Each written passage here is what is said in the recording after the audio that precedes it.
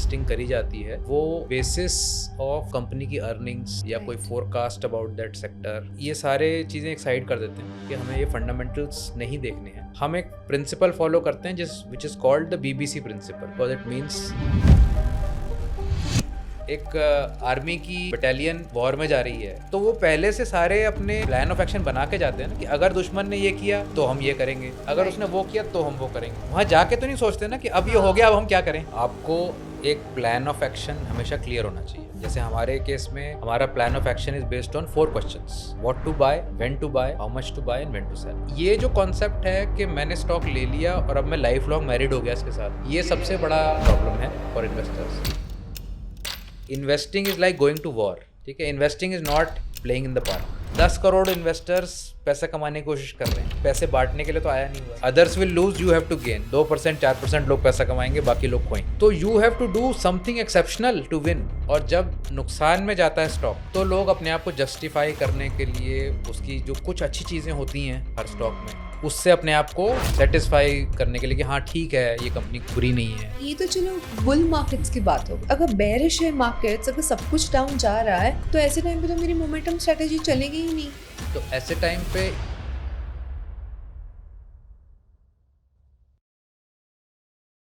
Hi everyone, greetings for the day. This is Ms. Zeel Doshi Thakkar and I welcome you all to this next podcast. You know guys, आज हमारे साथ एक बहुत interesting guest है, mister Alok Jain, okay, the founder of Weekend Investing. And Mr. Alok, I welcome you to our podcast. Thank you so much, nice to be on your podcast. So Alok sir, मैं read कर रही थी कि आपने IIT से engineering की है, उसके बाद आप US गए थे बायोटेक्नोलॉजी में मास्टर्स करने, तो फिर वहाँ से आप इन्वेस्टमेंट की जर्नी फाइनेंस में कैसे आए? सो ये काफ़ी कॉमन क्वेश्चन में मुझे आंसर करना पड़ता है बिकॉज मैंने काफ़ी टाइम इंजीनियरिंग साइड में लगाया। 4 साल पहले IIT में लगाए, फिर 2 साल बायोटेक की रिसर्च करी। तो वहाँ मेरे एक प्रोफेसर थे US में, मेरी यूनिवर्सिटी में, डॉक्टर बेंटली।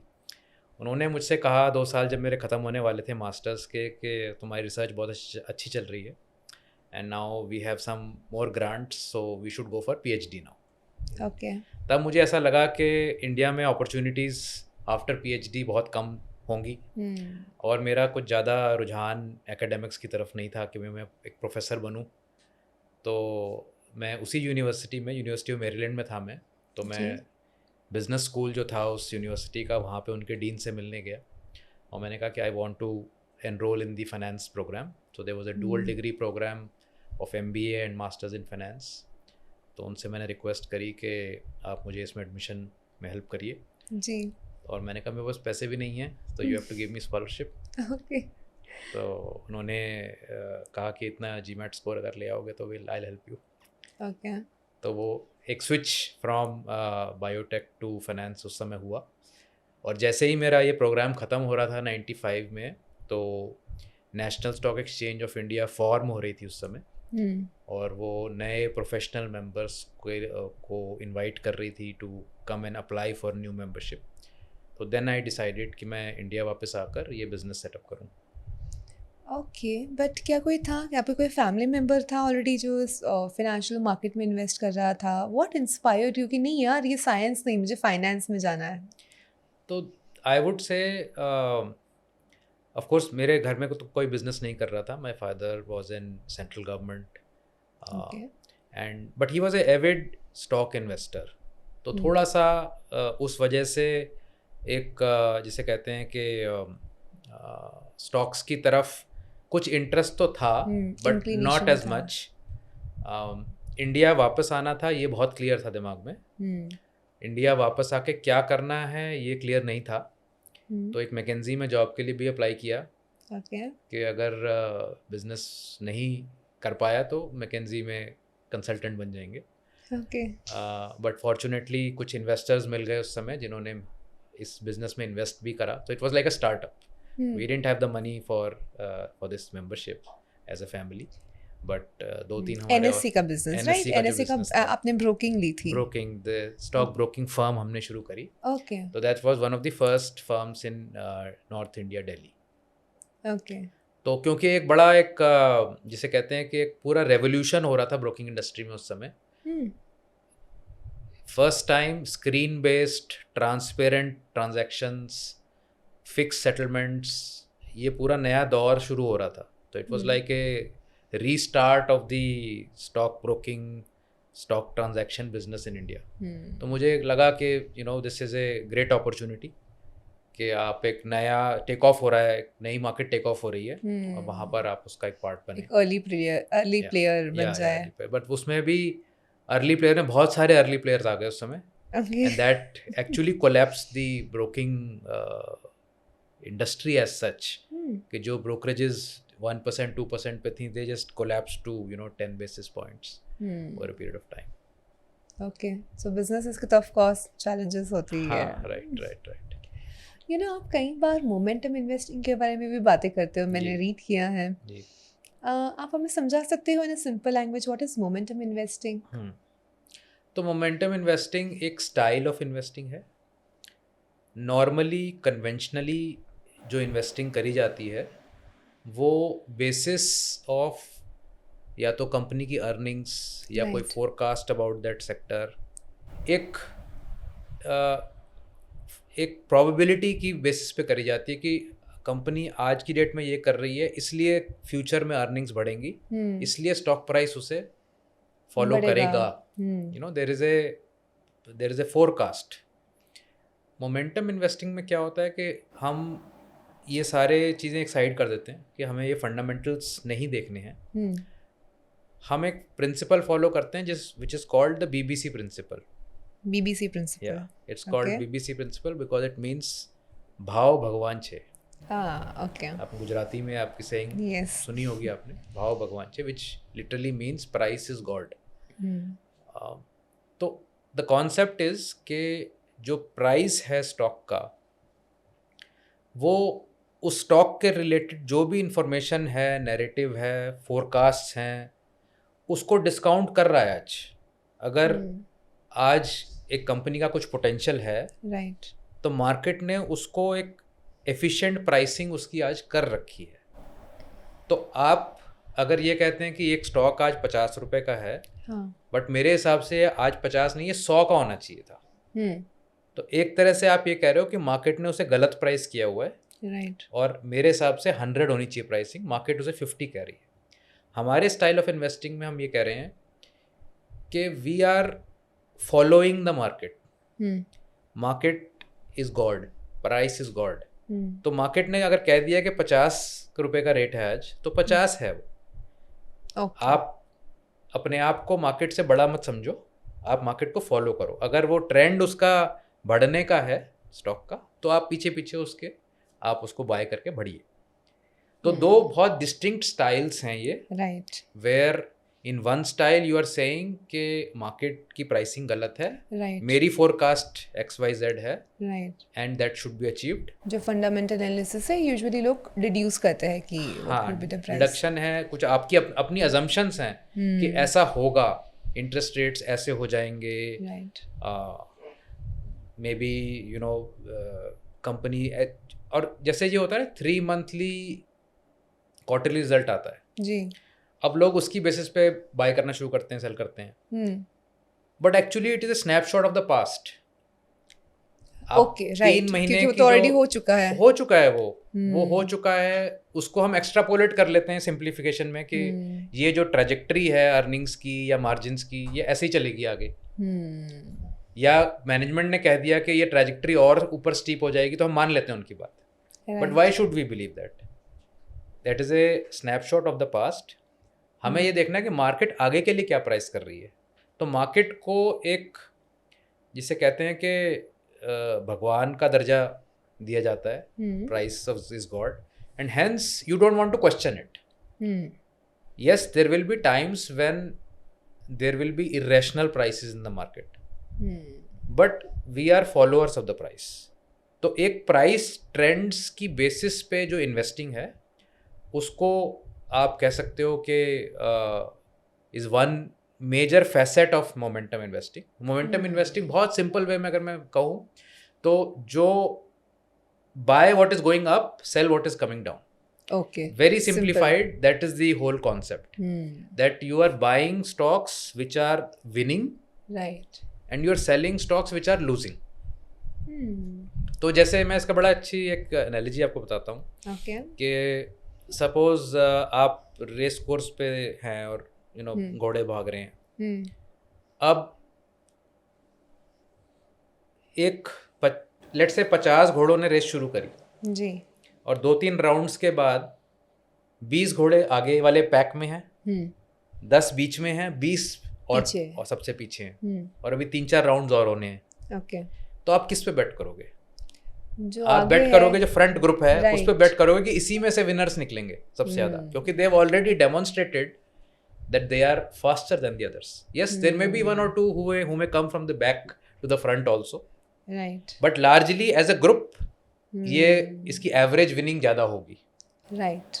तो उसी कॉन्सेप्ट को अगर आप स्टॉक्स में ले आओ कि निफ्टी के 50 स्टॉक हैं और after every few months when you are reviewing, some stocks are doing better, some are in the middle, some are lagging.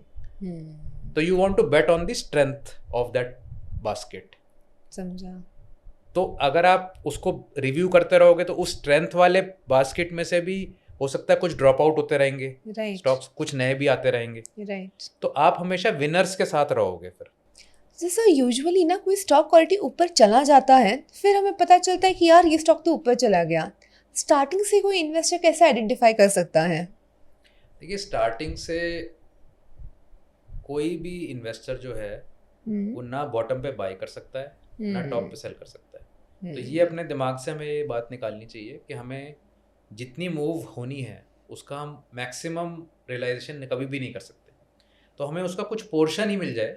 अगर कोई स्टॉक 100 से 200 जा रहा है और हम 120 पे बाय करते हैं और लेट से 180 पे निकल जाते हैं, तो भी आपने सिग्निफिकेंट गेन कर लिया. हमें ज़रूरी नहीं है कि लोवेस्ट पे एंट्री होनी चाहिए और हाईएस्ट पे एग्जिट होना चाहिए. तो व्हेन यू हैव रूल्स जिसमें आप प्राइस बिहेवियर को स्टडी कर रहे हैं और लेट से आप हर महीने एक रैंकिंग करते हैं स्टॉक्स की कि किस में रेट ऑफ चेंज या स्ट्रेंथ बेसिस पे आप रैंक कर रहे हैं स्टॉक्स को, उसकी बेसिस पे हम स्टॉक्स को पिक कर रहे हैं. तो automatically every month you will have a different basket. आप रिलेटिव स्ट्रेंथ इंडेक्स की बात कर रहे हो? रिलेटिव स्ट्रेंथ भी आप कर सकते हैं, RSI कर सकते हैं, आप कोई basis of rate of change over 3-6 month period कर सकते हैं. बहुत सारी बेसिस हो सकती हैं उसकी, how you select. But the basic idea being that the price of one stock is stronger than the other and hence you have to choose the stronger stock. तो ऐसे ही आप एंट्री की सिलेक्शन करेंगे और ऐसे ही आपकी एग्जिट की criteria भी हो जाएगी. ओके. मतलब हम फंडामेंटली कुछ नहीं देख रहे हैं, हम सिर्फ टेक्निकल इंडिकेटर्स देख रहे हैं. इंडिकेटर्स भी नहीं देख रहे हैं, प्राइस की मूव्स देख रहे हैं विद द फिल्टर कि फंडामेंटली कोई रेड फ्लैग नहीं होना चाहिए. जैसे कोई स्टॉक एक्सचेंज या रेगुलेटर के रेड फ्लैग्स होते हैं या वॉल्यूम बेस्ड कोई रेड फ्लैग होता है कि इस कंपनी में ट्रेडिंग वॉल्यूम बहुत पुअर हैं. So all those things have to be taken care of. उससे आप सबसेट पहले आप निकाल लीजिए कि भाई जो भी रेड फ्लैग वाली कंपनीज हैं उनको हटा के, and then you figure out how each company is stacked against each other in terms of their strength. So can you guide me, अगर मैं निफ्टी के 100 स्टॉक्स लेके बैठती हूँ, ठीक है, उन्हें स्टडी करने के लिए, so मुझे क्या क्या फिल्टर्स लगाने चाहिए टू पिक आउट कि अरे this stock is going up? तो बहुत सिंप्लीफाइड वे में अगर एग्जांपल बताऊँ मैं आपको, तो जैसे निफ्टी के 50 स्टॉक हैं जी, तो आप उनको उनकी रेट ऑफ चेंज से आप रैंक कर लीजिए. रेट ऑफ चेंज यानी डेली कितना परसेंटेज चेंज हो रहा है. Rate of change is today's price versus some period जहाँ से आप उसका चेंज देख रहे हैं. Historically moment, that could be 3 months, that could be 1 month, that could be 1 year, whatever may be your design. Okay. तो आपने उस पीरियड का जो रेट ऑफ चेंज है वो निकाला हर स्टॉक का. 50 स्टॉक्स की आपके एक रैंकिंग बन गई कि ये वाला स्टॉक है, इसकी सबसे ज़्यादा चेंज पॉजिटिव चेंज है और सबसे नीचे जो स्टॉक है उसका सबसे ज़्यादा नेगेटिव चेंज है. तो आपने रैंक कर लिया और then you pick up the let's say the top 20 stocks and you allocate 5% of your money to each of them. तो आपका एक आज की डेट में एक पोर्टफोलियो बन गया. फिर आप उसको 1 महीने बाद रिव्यू करिए कि अब मेरी रैंकिंग कैसे दिख रही है. हो सकता है फर्स्ट रैंक अब 25th आ गया हो और 30th रैंक 5th पे आ गया हो. या क्योंकि ये तो पास्ट ट्रेंड्स तो श्योरिटी नहीं देता ना कि सेम वापस होगा. तो इसमें आप ये अज्यूम कर रहे हो, मोमेंटम का जो एक बेसिक प्रिंसिपल है कि जैसे आपने फिजिक्स में पढ़ा होगा न्यूटन्स लॉ में कि a ball set in motion will continue to remain in motion till an external force is applied. तो स्टॉक्स का भी ऐसे ही होता है कि स्टॉक्स जब बढ़ने शुरू होते हैं तो आपको अज्यूम करना है कि ये अभी बढ़ेंगे, जब तक आपको ये डिटरमिन नहीं कर हो रहा कि ये अब नहीं बढ़ रहे हैं।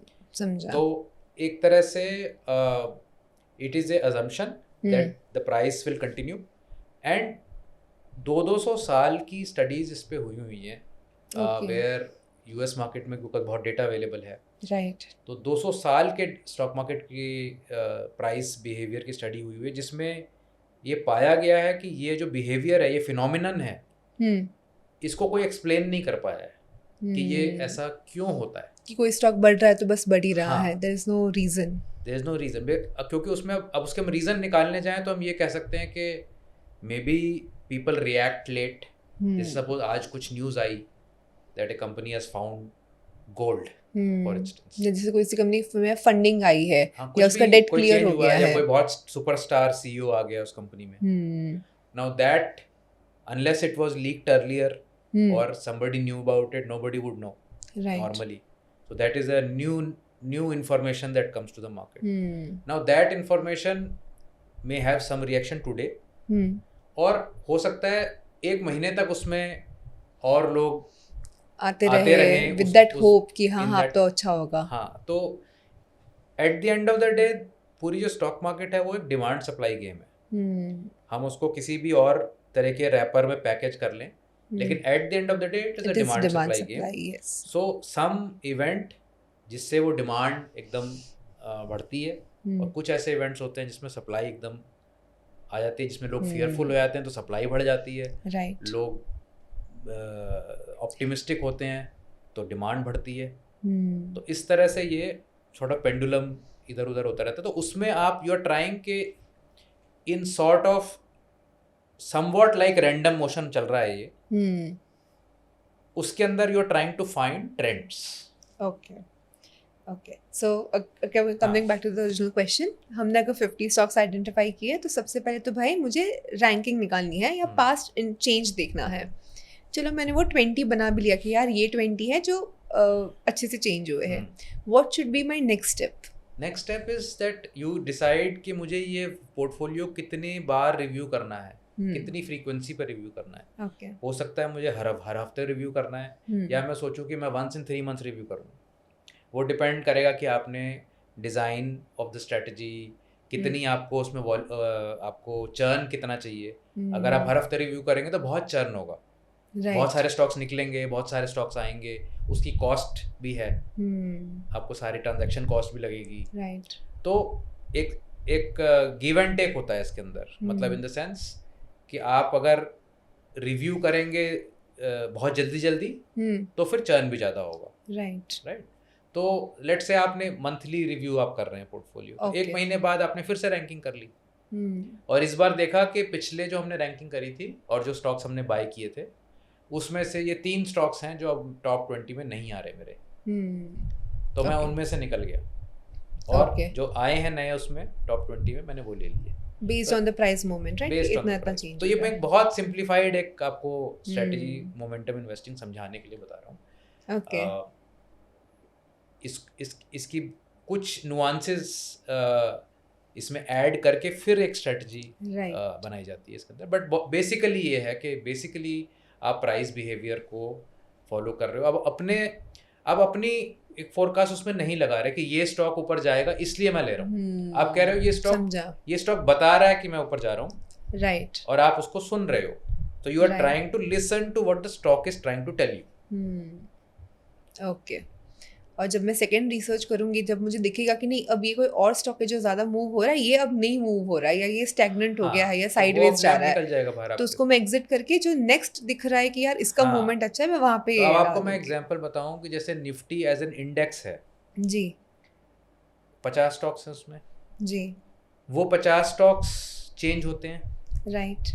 अभी भी आपने 1 अप्रैल से 2 स्टॉक निफ्टी के बाहर गए हैं, राइट 2 नए अंदर आ गए हैं। यस एवरी 6 मंथ उनका every 6 month there check is a किया रिव्यू। जाता है यस तो that is exactly like what I am saying कि जो आप महीने में रिव्यू करेंगे। निफ्टी में भी क्या होता है, निफ्टी में वो कहते हैं कि market cap based, right free float market cap based determination है कि Right. कौन सा स्टॉक निफ्टी में आएगा। जी अगर उन कुछ नए जो अभी रिसेंटली लिस्टेड स्टॉक्स हैं पिछले 2-3 साल में, उनकी मार्केट कैप इतनी बढ़ गई है कि जो 50-50 साल से लिस्टेड कंपनीज हैं उससे ज़्यादा हो गई है मार्केट कैप, तो they are coming into Nifty. Right and even though the companies which are going out are not bad, समझा बट उनको बाहर निकलना पड़ रहा है क्योंकि 50 की लिमिट है उसमें। राइट राइट तो इसी तरह से मोमेंटम पोर्टफोलियो में भी जो प्राइस ट्रेंड्स आपके फेवर में हैं, जिन स्टॉक्स के वो अंदर आएंगे, दूसरे बाहर जाएंगे। तो it is almost like an index. Index भी मोमेंटम पोर्टफोलियो की तरह काम करता है। ओके बट सर ये तो चलो बुल मार्केट्स की बात हो गई। अगर बेरिश है मार्केट्स, अगर सब कुछ डाउन जा रहा है, तो ऐसे टाइम पे तो मेरी मोमेंटम स्ट्रेटेजी चलेगी ही नहीं। तो ऐसे टाइम पे इंडेक्स में क्या होता है, एक बड़ा अच्छा इसका एक सोचने का जो वे है कि अगर मार्केट गिर रही है, जैसे कि अभी 6 महीने से रफली गिर रही है, तो इंडेक्स में क्या हो रहा है, इंडेक्स में सभी स्टॉक गिर रहे हैं, इंडेक्स भी डाउन आ रहा है। तो ऐसे ही मोमेंटम स्ट्रेटजी में भी लाइकली है कि मोमेंटम स्ट्रेटजी भी साथ साथ नीचे आए जैसे स्टॉक्स गिर रहे हैं। लेकिन क्योंकि आप उसको हर महीने रिव्यू कर रहे हो या हर हफ्ते रिव्यू कर रहे हो, जैसे भी आपकी रिबैलेंस है, उसमें over a period of time ये हो सकता है कि आपके जो सिलेक्शन है वो स्ट्रॉन्गेस्ट 20 स्टॉक्स लेट से वो इतना नहीं गिरे जितना कि बाकी 30 गिर रहे हैं। तो हो सकता है कि आप इंडेक्स को आउट परफॉर्म करना शुरू करें गिरने में भी। राइट लेस फॉल पॉसिबल, कभी कभी नहीं भी पॉसिबल होता। दूसरा डिज़ाइन मोमेंटम का ऐसा होता है कि आप पर्टिकुलर एग्जिट प्लान के हिसाब से एग्जिट ही कर जाते हैं। तो you don't need to remain invested in stocks. Let's say your exit plan is that I will get out of the stock if it goes below 50 DMA, let's say एक आपने rule बनाया हुआ है, या 20% अगर मेरे हाईएस्ट पॉइंट से अगर स्टॉक गिर गया तो मैं एग्जिट कर जाऊंगा विदाउट एनी अदर थॉट। तो ये भी हो सकता है कि मार्केट गिरनी शुरू हुई, आपके सारे वो ट्रिगर हो गए एग्जिट्स, आप फुली कैश में हो और मार्केट गिर रही है अभी भी, तो आपका पोर्टफोलियो अगर 100 रुपये पे था वो अब 80 आ गया और आप एग्जिट हो गए हो जी, तो आप तो 80 रुपये कैश पे बैठे हो, but market continues to fall. तो in a way you are again outperforming the market. समझा।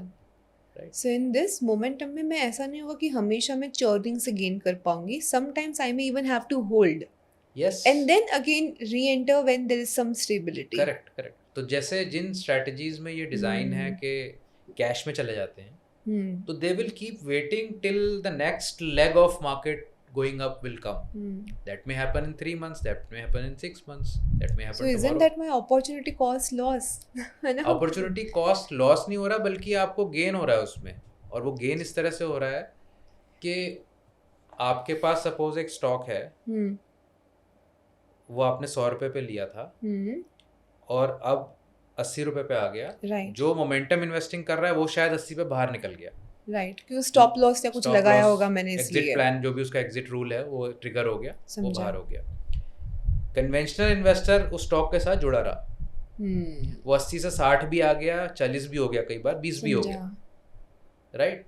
तो अब जिसके पास 80 रुपये कैश था उसकी डिप्लॉयमेंट होगी जब नया स्टॉक उसे दिखेगा ऊपर जाता हुआ, and 80 rupees will be deployed there. Whereas the conventional investor जिसके 40 रह गए हैं या 20 रह गए हैं, वो किस स्टेज पे जाके अपना स्टॉक चेंज करेगा, या वो स्टॉक बढ़ेगा या नहीं बढ़ेगा, या वो उसको एवरेजिंग करने में फंस जाएगा, यू नो सर, वो सारी चीज़ें होती है कि हाउ डू यू डिसाइड कि आपको स्टॉक एग्जिट करना है। बहुत सारे लोग इसमें ट्रैप हो जाते हैं कि हमने 100 रुपये पे खरीदा था, अभी 60 आ गया है, राइट, तो अब हम नहीं बेचेंगे इसे, क्योंकि जब तक 100 नहीं आएगा हम नहीं बेचेंगे। हाँ, ये सबसे आम मेंटालिटी है कि भाई एटलीस्ट कॉस्ट टू कॉस्ट तो बेचूं। लेकिन market doesn't care about your price, market has nothing to do with your purchase price. वो परचेज प्राइस तो आपकी बुक्स में आपने एक नोट किया हुआ है कि मैंने खरीदा हुआ है, market doesn't care about it. Market says आज वैल्यू 60 है तो 60 है, आपको वेट करना है आप कर लीजिए, that is your choice, but I may take 10 years to come back to 100 again.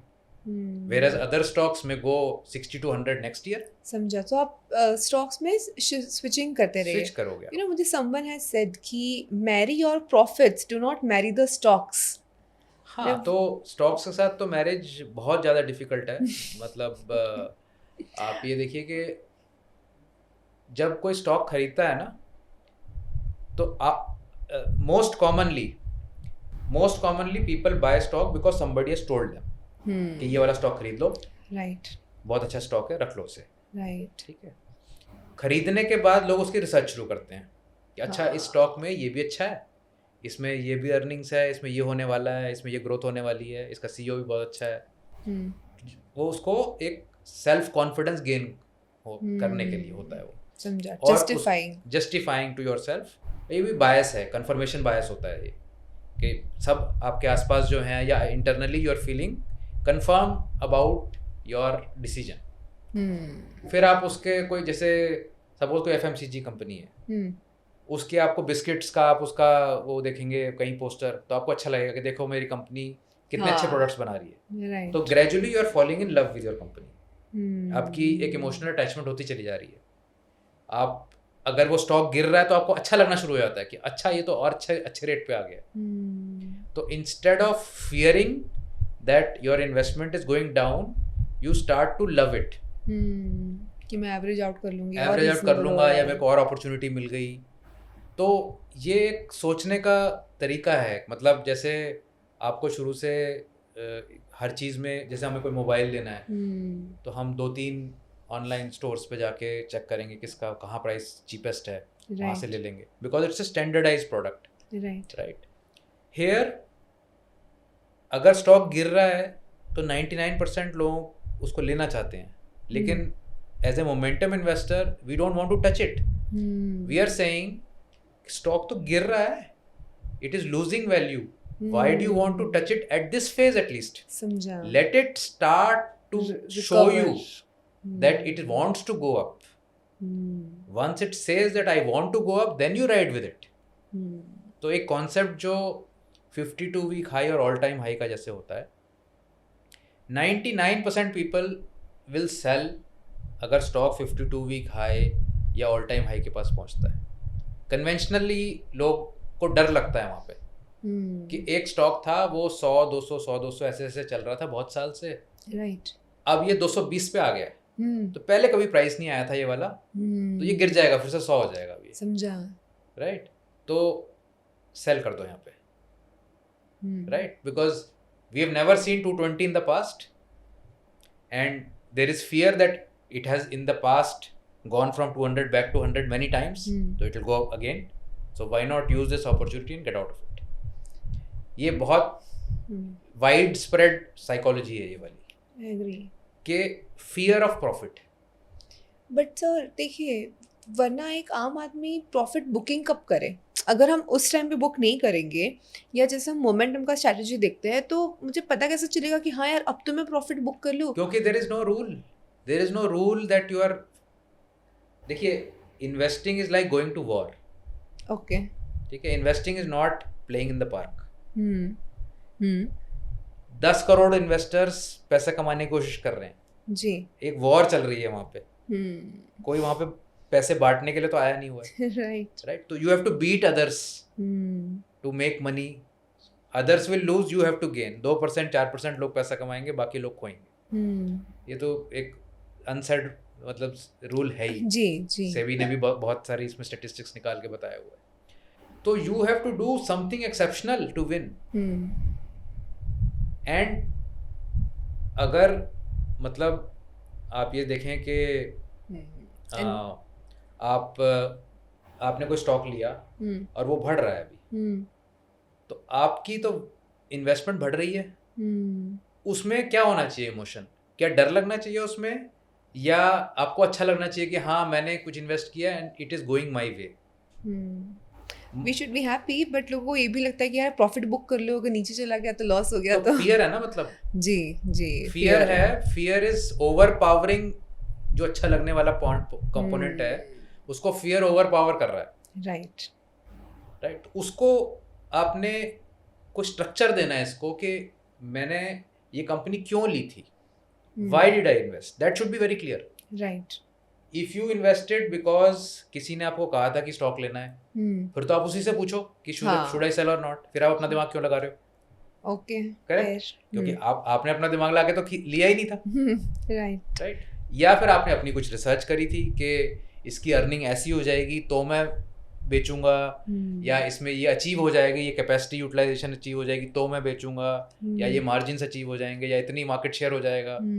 तो आपका क्या पैरामीटर क्या थे आपके मतलब हमें बिगिनिंग में ही पैरामीटर हमें सेट कर देने चाहिए. आप यू शुड नो ना कि मतलब जैसे एक आर्मी की बटालियन वॉर में जा रही है तो वो पहले से सारे अपने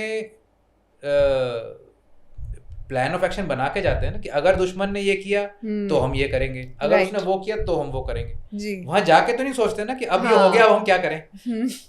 राइट. तो इसी तरह से मार्केट में भी you should be clear why you have invested and how you will get out. अगर लॉस हो गया तो भी मुझे निकलना है, प्रॉफिट हो गया तो भी मुझे निकलना है, लेकिन उसको मैं डिफाइन कैसे करूंगा. तो जब आप प्राइस बिहेवियर को फॉलो करते हो तो वो डेफिनेशंस इजी हो जाती हैं because it is not subjective. समझा. वहाँ पे मेरे इमोशंस बीच में नहीं ला रही हूँ मैं. इमोशन बीच में नहीं ला रहे हैं और बिकॉज क्वांटिटेटिव हो गया, बिकॉज प्राइस बेसिस हो गया, तो आप उसको एग्जैक्टली मेजर कर सकते हो. आपको एक प्लान ऑफ एक्शन हमेशा क्लियर होना चाहिए. जैसे हमारे केस में हमारा plan of action is based on 4 questions. Okay. What to buy, when to buy, how much to buy and when to sell. When to sell, ये 4 हमें क्वेश्चंस हमारे हमेशा क्रिस्टल क्लियर होते हैं. Okay. There is no ambiguity. को सोचना नहीं है किसी भी समय कि अब स्टॉक प्राइस ये हो गया तो अब हम क्या करें. तो जैसे मैं आप बता रहा था कि अगर कोई मिलिट्री की बटालियन वॉर पे जा रही है जी, तो पहले से अपना गेम प्लान बना के जा रही है जी. ऐसे ही इन्वेस्टर को अपना गेम प्लान बनाना है कि मैं स्टॉक में एंटर कर रहा हूँ और ये सपोज मेरे स्टॉक में एंटर करते ही ये स्टॉक गिर गया तो मुझे क्या करना चाहिए. एक ये प्लान पहले से आपके दिमाग में रेडी होना चाहिए. ओके. ठीक है. या ये स्टॉक बढ़ना शुरू हो गया तो हाउ विल आई रिएक्ट. मुझे ये स्टॉक मैंने क्यों लिया था, उसका क्या रीज़न है. किसी ने मुझे बताया था इसलिए मैंने लिया तो फिर वो बताएगा आपको जी कैसे एग्जिट करना है. अगर मैंने कुछ फंडामेंटल स्टडी करी थी इसकी कि मुझे लग रहा था कि इस स्टॉक की प्राइस ये नहीं होनी चाहिए, इस अर्निंग की बेसिस पे XYZ होनी चाहिए, कि 50 का शेयर है 100 होना चाहिए, 100 होना चाहिए. तो अगर 100 आ गया तो फिर आप एग्जिट करो, आपका टारगेट मीट हो गया. समझा. नॉर्मली क्या होता है, लोग एंटर करते हैं किसी और के कहने से या अपनी स्टडी से भी, और एग्जिट के टाइम पे लेट्स से स्टॉक बढ़ता जा रहा है, 100 हो गया, 200 हो गया, 500 हो गया, फिर वो बहुत ज़्यादा ग्रीड आ गई कि ये तो स्टॉक मतलब इससे गॉड स्टॉक है, ये तो कभी गिरता ही नहीं है तो इसको तो चलने दो. ऐसा भी कई बार होता है. और फिर वो एक वर्टिकल फॉल किसी स्टेज पे आती है. फिर जब वो फॉल आनी शुरू होती है तो एक एंकरिंग बायस होता है कि आपका दिमाग हाईएस्ट पॉइंट पे एंकर हो जाता है. समझा. वो 500 से शेयर 450 पे आ गया तो भी मैंने रखा ही नहीं, ये 500 पे तो गया था ना, तो मेरा वापस जाएगा. मतलब 500 तो मेरी पॉकेट में आ ही चुके थे. एक आप इस तरह से सोचना शुरू करते हो कि इस स्टॉक की वर्थ 500 तो थी उस दिन, तो ये फिर हो सकती है. राइट. और हो सकता है वो अगले 10 साल भी ना जाए 500 अब. तो आपको अगर ये क्लैरिटी है कि मेरा एग्जिट प्लान, सपोज मैंने एग्जिट प्लान ये बनाया है कि जहां से भी स्टॉक गिरना शुरू होगा, अगर वो 20% गिर गया फॉर इंस्टेंस, समझा, मतलब वो हाई पे गया फिर नीचे गिरना स्टार्ट हो रहा है तो तुम भाई एग्जिट करना है मुझे. सपोज मेरा रूल है ये, I am not saying this should be the rule, but अगर सपोज आपका ये रूल है या आपका रूल है कि मैंने एक स्टॉक लिया था और फंडामेंटल बेसिस पे लिया था, मैं मोमेंटम की बात भी नहीं कर रहा अभी जी, कि 2 साल में ये कंपनी यहाँ से यहाँ जाएगी, ये अर्निंग ग्रोथ होगी इतनी, इसकी जो भी आप नंबर ट्रैक कर रहे हैं जी, अगर वो नहीं हुआ तो आप एग्जिट कर जाइए उससे. It did not meet your expectation. समझा. तो ये जो कॉन्सेप्ट है कि मैंने स्टॉक ले लिया और अब मैं लाइफ लॉन्ग मैरिड हो गया इसके साथ, ये सबसे बड़ा जो है प्रॉब्लम है फॉर इन्वेस्टर्स. और जब नुकसान में जाता है स्टॉक तो लोग अपने आप को जस्टिफाई करने के लिए उसकी जो कुछ अच्छी चीज़ें होती हैं हर स्टॉक में, उससे अपने आप को सोलेस, कहते मतलब हैं कि सेटिस्फाई करने के लिए कि हाँ ठीक है ये कंपनी बुरी नहीं है, पहले भी ये स्टॉक 500 गया था फिर चला जाएगा। तो जब हो सकता है चला भी जाए, समझा, बट कब लेकिन वो हमें नहीं कब पता। जाएगा, और उस दौरान आपके पैसे की जो अपॉर्चुनिटी कॉस्ट है, फॉर इंस्टेंस बड़े बड़े शेयर्स जैसे रिलायंस लीवर्स टाइप के शेयर्स भी 8-8 साल कई बार नहीं मूव करे, तो उस दौरान आपका कैपिटल उनमें ब्लॉक्ड रहा। राइट, अब आप वो कैपिटल आप कहीं और लगाते तो हो सकता है 3 गुना हो जाता है उतने टाइम में, और आप फिर Right. वापस आके रिलायंस ले सकते थे। तो best opportunity cost of capital is where your capital is not sitting idle in stocks which are not doing anything. तो एक इसकी एनालॉजी ये है कि जैसे सपोज आप बस स्टॉप पे गए जी और बस आ रही है, जी आपको पॉइंट ए से पॉइंट बी पे जाना है, जी ठीक है। अब सपोज वहाँ पे 10 बस खड़ी थी बस स्टैंड पे, जी कुछ चलने के लिए तैयार हैं, कुछ का पता नहीं कब चलेंगी, आप किस में बैठोगे? जो बस शुरू होके निकलने जो वाली चल है। रही है ना, जो चलने वाली है, जिसमें कंडक्टर जी। कह रहा है कि भाई चलो नहीं तो हम तो जा रहे हैं, हाँ राइट। जी, या कुछ बिल्कुल। खड़ी है, पता ही नहीं कब क्या टाइम टेबल है उनका, कब चलनी है। तो स्टॉक्स ऐसे ही होते हैं कि स्टॉक्स बसों की तरह हैं, आते रहेंगे जाते रहेंगे। किसी एक स्टॉक के साथ हमें दिल नहीं लगाना है। जो स्टॉक चलने के लिए तैयार हो उसमें चढ़ जाओ, और अगर वो रुक गई बस कहीं जाके तो उससे उतर जाओ, कोई और बस ढूंढ लो। Very well. सो सर, आप क्या कोई रिस्क रिवॉर्ड रेशियो रखते हो कि usually risk reward ratio 1 to 3 ऐसा बोलते हैं सब? वो मोस्टली ट्रेडिंग ओरिएंटेड स्ट्रेटजीज में ज़्यादा रखा जाता है कि आपका हर ट्रेड में कितना रिस्क है और क्या उसमें रिवॉर्ड मिलेगा। लेकिन इसमें भी रिस्क मैनेजमेंट तो है, in the sense that let's say आपके पास 100 रुपये हैं और आपने 20 स्टॉक्स में अगर लगाए हैं तो 5% एलोकेशन आपने हर स्टॉक में कर दी है जी। अब there is a proper exit plan also. तो सपोज आपका एग्जिट प्लान है कि 20% नीचे आएगा तो मैं एग्जिट कर जाऊंगा जी। तो इन अ वे आपका 20% ओवरऑल पोर्टफोलियो पे एक स्टॉप लॉस लग गया जी। तो आपका रिस्क, आपको पता है मैक्सिमम रिस्क मेरा रफली इतना है, राइट। तो उस तरह से अगर आप देखेंगे तो पोर्टफोलियो में आपको डाइवर्सिफिकेशन बेनिफिट भी मिला, जो कि इंडिविजुअल स्टॉक्स में जब आप ट्रेड करते हो तो आपको पोर्टफोलियो की डाइवर्सिफिकेशन नहीं मिलती, समझा, राइट। तो एक स्टॉक सपोज आपने 20 स्टॉक लिए और एक स्टॉक बहुत खराब हो भी गया, लेट्स से कुछ 50% डाउन हो गया 2-3 दिन में, तो आपकी एलोकेशन 5% थी उसमें, एक स्टॉक में 5% एलोकेट किया। और वर्स्ट केस सिनेरियो ले लेते हैं, सपोज कोई एक स्टॉक में कोई बहुत बैड न्यूज़ आ गई और वो स्टॉक 50% गिर गया जी। तो आपका जो 100 रुपये का पोर्टफोलियो था उसमें सिर्फ 5 रुपये लगे हुए थे उस स्टॉक में, राइट। 5 रुपये उस पोर्टफोलियो में लगे हुए थे, वो स्टॉक 50% गिर गया तो 2.5 रुपीज़ का आपको लॉस हुआ ओवरऑल पोर्टफोलियो में। समझा कि वो एक शेयर 50% गिरा तो भी मेरा लॉस तो भी इतना ही हुआ। तो that is the benefit of diversification कि आपने इंडिविजुअल स्टॉक रिस्क भी मैनेज किया हुआ है, उसमें जो भी एग्जिट प्लान आपने बना रखा है, राइट। और ओवरऑल पोर्टफोलियो बेसिस पे आपको डाइवर्सिफिकेशन बेनिफिट मिल गया।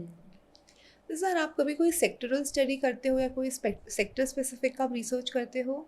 हम रिसर्च तो सारी करते हैं, लेकिन मोमेंटम इन्वेस्टिंग की ब्यूटी ये है कि ऑटोमेटिकली आपको पता लगता है कौन सा सेक्टर परफॉर्म कर रहा है, क्योंकि आपके पोर्टफोलियो में वो स्टॉक्स आएंगे जो अभी विनिंग स्टॉक्स हैं, राइट।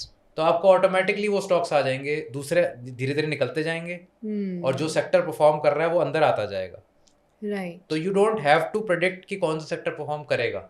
समझा, ऑटोमेटिक रिसर्च में ट्रिगर्स आ जाएंगे कि this is going up. Yes yes yes. Okay, आपको ये नाम कैसे सूझा वीकेंड इन्वेस्टिंग? ये एक आई वुड से कि chance naming of the firm हो गया कि मैंने ये स्टार्ट किया था 2015-16 के आसपास, और मेरा प्लान ये था कि मैं सिर्फ अपनी इन्वेस्टिंग करूँगा, किसी और के लिए नहीं करूँगा। ओके। तो मैंने अपनी एक छोटी सी फर्म बनाई, उसका नाम मैंने रखा वीकेंड इन्वेस्टिंग, क्योंकि मैं डिसीजन वंस अ वीक लेना चाह रहा था। ओके, तो So अपनी just मतलब आप before अपनी the friends weekend, I would- family वैसे? Just before the weekend I'll take a review of the portfolio, and once a week we will review, and that's it. So and the entire week you don't want to see the market, but once a week you want to review, and that will be the end of it. Okay. तो weekend investing नाम रखा। फिर बाद में बहुत लोगों ने जब सोशल मीडिया पे फॉलो करना शुरू किया, उन्होंने कहा कि हमें भी ये सर्विस चाहिए, तो फिर हमने सेबी का एक लाइसेंस लेके उसको रोल आउट कर दिया सर्विस को। ओके, सो सर, जैसे हमारी ये ऑडियंस है, ज़्यादातर हमारी यंग ऑडियंस है जिन्होंने कुछ फ्यू ईयर्स पहले इन्वेस्टिंग स्टार्ट की है। What is one message that you would like to give to them? देखिए, जैसे जब आपने अपनी जर्नी स्टार्ट की होगी तब आपने भी कुछ मिस्टेक्स की होगी, आपने भी कुछ लॉसेस किए होंगे, रॉन्ग कॉल्स लिए होंगे। How did you refine your self, और आप यंगस्टर्स को क्या मैसेज देना चाहोगे? देखिए, यंग एज एक ऐसी एज होती है कि जहाँ पर आप रिस्क बहुत ले सकते हो। तो ट्राई आउट एवरीथिंग। आपका मन करता है कि आपको कुछ ट्रेडिंग में आपका अगर कोई स्पेसिफिक आपको लगता है कि भाई मेरा नैक है, वो भी ट्राई करिए। इन्वेस्टिंग, डीप वैल्यू इन्वेस्टिंग आप करना चाहते हो अगर, सबका अपना अपना ना एक्चुअली एक बेंट ऑफ माइंड है। Right. No two people are built the same. Right. Everybody thinks very differently. और 50,000 तरीके हैं मार्केट में पैसे कमाने के। आपको अपना मेथड ढूंढना है कि मेरे को what will fit like a glove to मी।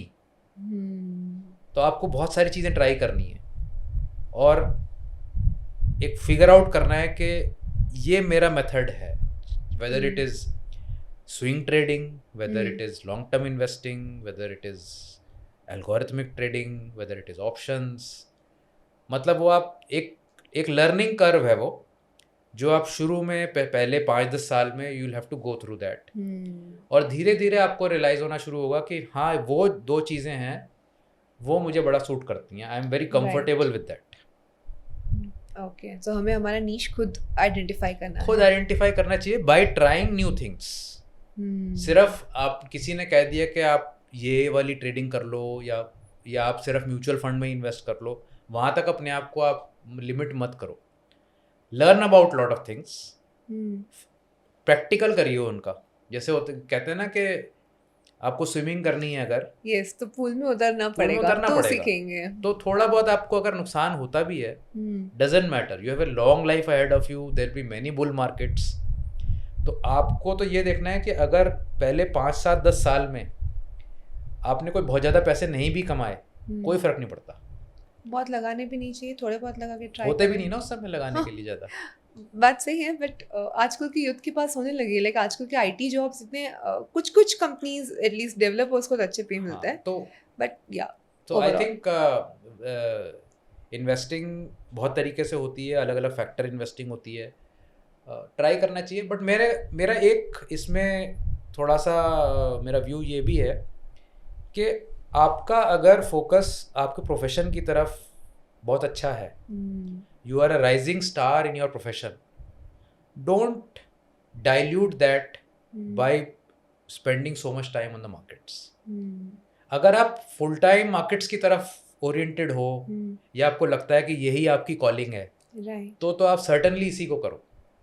लेकिन अगर आप एक you are having a budding career in a different industry, आप वहाँ ज़्यादा फोकस करो। इसको प्रोफेशनल्स के लिए छोड़ दो। आप पैसे कमाओ वहाँ पे, प्रोफेशनल्स को दे दो, वो मैनेज करेंगे आपके लिए। राइट।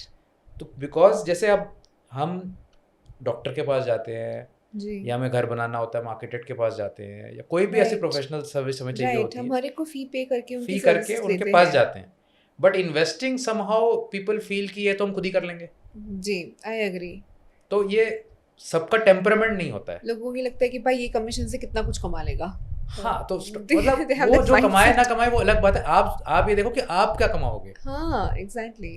तो I think a lot of people will do very well if they outsource this part of their journey to a professional. Okay, चाहे वो पोर्टफोलियो मैनेजर हो, AIF हो, स्मॉल केस हो, म्यूचुअल फंड हो, कोई भी हो। लेकिन खुद अगर आपको करना है तो आपकी कैपेबिलिटी होनी चाहिए करने की, and you have to figure out कि क्या आपकी कैपेबिलिटी है या नहीं है।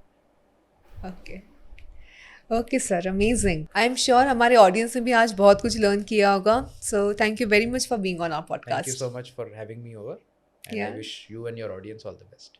Thank you. So my dear audience, I hope आपको आज को हमारा ये पॉडकास्ट अच्छा लगा हो।